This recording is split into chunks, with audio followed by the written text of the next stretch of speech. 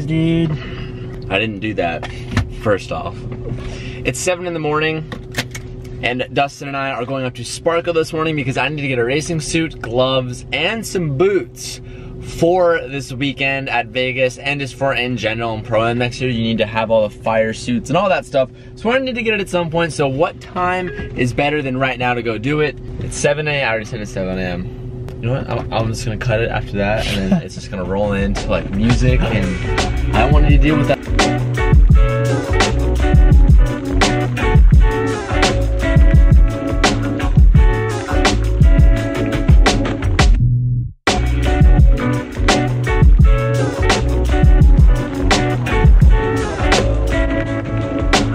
Shut your mouth. Shoes, a lot of unnecessary things, and I'm gonna have to try and make myself not buy any seats. You're gonna buy a seat. Don't be a little bitch. I'm not gonna. You're buying a seat.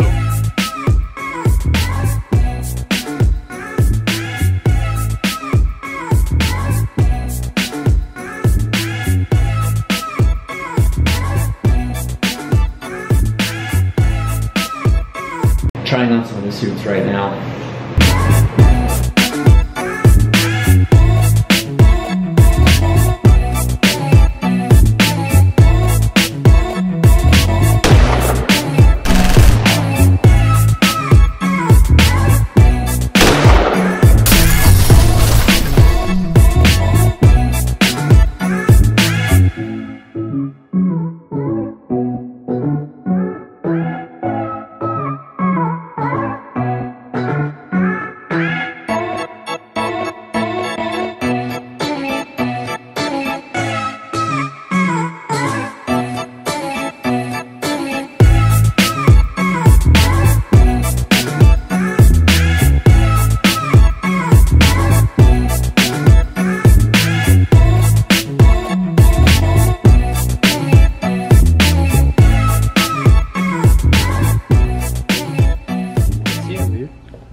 See the buckets.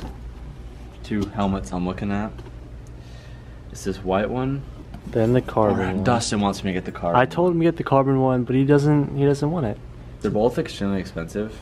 This one's a little bit more. So worth it. I already do have a helmet, but it's a really shitty helmet, and safety is like my #1 concern, especially when taking all this a little more seriously. So I'm trying to invest in the equipment that I know will keep me 100% safe, because that's what's most important to me. Yeah. I was gonna go with the carbon, and then they were sold out. So, Rip Reno, can't do the carbon. I'm gonna do the white helmet. Plus, I think the carbon is a little hot boy. Unless you're Adam LZ, you can't rock a carbon helmet, so. So went with the white helmet, gloves, shoes, suit. Sparco always coming in clutch. Nice.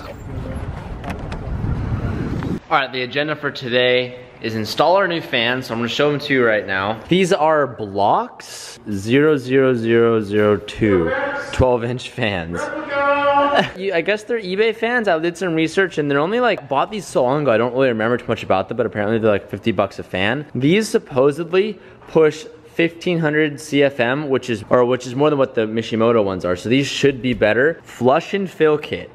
Now the piece I'm going after is this teed off hose right here. So what my theory is, the highest point in the coolant system is this heater core hose right here. Now when I go and I try to bleed the system and we raise it up, this technically is the highest point, but I just checked again and we're pretty dry in there, which means that there's air in the lines somewhere and we're boiling off some water. When I install the bleeder system, I'll 100% know that that is the highest point in the cooling system, so I can guarantee that I'm bleeding it correctly. I really hope that will fix our issue, and if not, fingers crossed that BS for Build's gonna make it to the Vegas event tomorrow. He's actually driving his 2J down from Oregon to Las Vegas, which is like 20 hours of driving. He's had a lot of issues with cooling and he's figured out a lot of simple ways. So I think as worst comes to worst, he can help me on Friday before the event and we can maybe figure out why the car is having cooling issues. We're gonna clean out the interior a little bit, install our other seat, and then just get overall packed for tomorrow and we should be good to go. This is the size hose that I'm trying to replace. It comes with 3 options of tees. This one definitely looks like the one we need. We're gonna essentially cut the hose in half that's on the car, put this tee in between, and then we'll have this high point that then I can just use this, use a funnel, and use that as my bleed system. Credits to Chris for this one. Now the real question is there any water in that line right now? My guess is that there isn't. That's why we were dry here. I feel like the pocket of air is right there. So when I take this off, fingers crossed that no water comes out. If everything is fine and that isn't the highest point in the system, then there will be water in there. I really hope I'm not wrong. Hey. Dude, it's like dry. Dry. I can't put it on the kink because I'm gonna kind of have to put it somewhere where it's not as bent. I'm thinking right about here.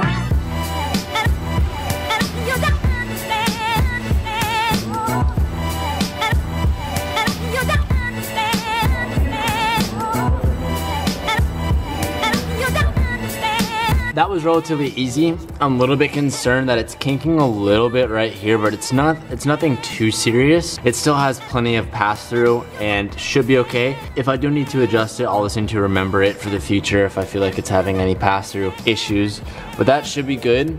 You should just be able to go like this. Now, oh, you know what I just realized? That's not like the highest point in the motor.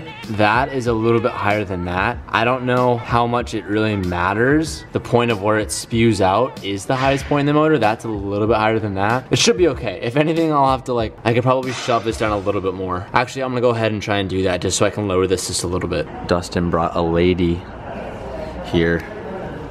Good on him. Good on him, Dustin. What? Because if he's, then she will be like, Oh, I know. That's not good. I mean, all I said is he brought a friend over. Every time you say something like, oh, Calvin, remember we went to the dealership? You know what happened? You said, oh, Calvin likes that blonde dealership lady. Emily saw it, and I got wrecked. Fuck you, dude. Don't do it, T. Before I install these fans all the way, I'm gonna attempt to bleed it one more time. I know I just did that safety bleed valve, but Evan just showed me that he had this sitting in his trunk. This is what I've been needing this whole entire time. So I'm gonna give this a try. And if we still have air in the lines after this, it will be kind of tricky. But regardless, this should pretty much fix the issue. This will ensure that our highest point will be here, which is over everything, which should bleed our system correctly. So right now I'm just filling up the radiator with the missing water that I've boiled off. Starting with this gallon, it's boiled off quite a lot. I just poured this whole entire gallon in the system. That's how much we burned off. Just run the car and just watch it. Boop, boop, boop. Okay, so I don't You don't manually do it. Nope. Okay, all right, I'll run the car. Car will do it by itself by flushing it through the system while it's running. Okay.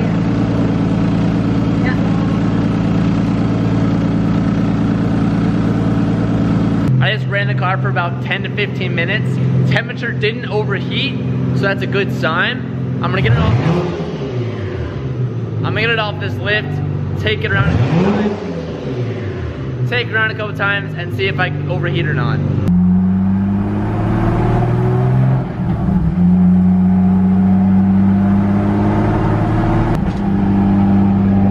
So far, so good.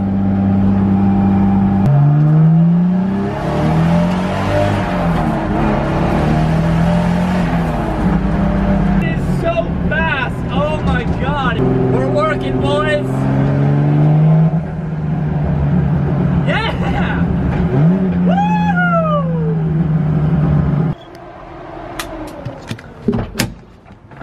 We did it! We fucking did it! I've never been in Evan's SC. I call it a 1GZ too. I call the whole car a 1GZ. Yeah, I was gonna say I call mine, oh yeah, that's my 2J. This actually needs to be put back. It's sagging for some reason.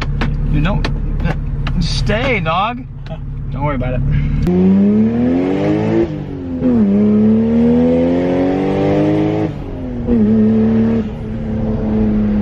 That's torquey.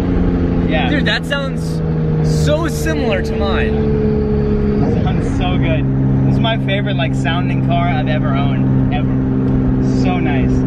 On the event this Saturday, we're doing a giveaway with movement watches, and they just dropped off about, I don't know, 50 or so watches. And what we're gonna do, we're gonna hide watches around the event throughout the show, and pretty much you guys can be there to scavenge for these watches. Now these are the watches you guys always see me wear. I've been partnered with them for a while, and in the previous, when we've done big meet and greets, they've given me like handfuls and handfuls of watches to give out to you guys. Originally when we first did it, we did the first like 50 people to like in line to like say what's up, get a free watch. That was kind of unfair in the sense that some people like were close, some people were really far away, so like it was kind of unfair of who got there first.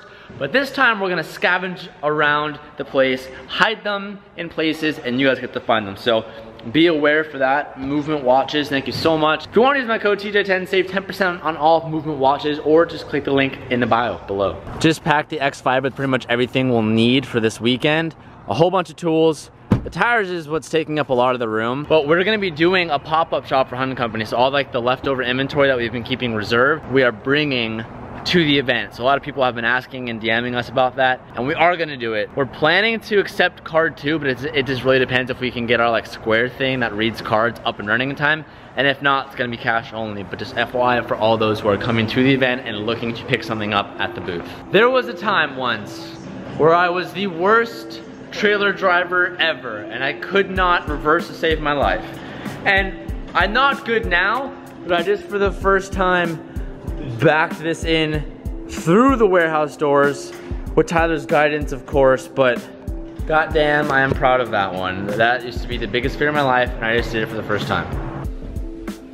Okay, all right, well, everything is completely packed at the shop. The rest that I need to do is pack my suitcase, which I don't even know what closet Sabrina put that in.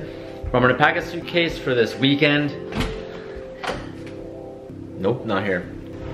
Aha! And then tomorrow morning, we are off to start the drive. I am so excited to see you guys, and I'm more excited for you guys to see the 350 for your own eyes. And better than a car show, you're gonna see me actually slide it, which is like so cool. It's gonna be dope. I'm gonna end this here. Sabrina's calling me, and if I don't answer, I'm gonna be in trouble. Thank you guys so much for watching. Peace out, and keep moving forward. Yeah. I'm feeling low.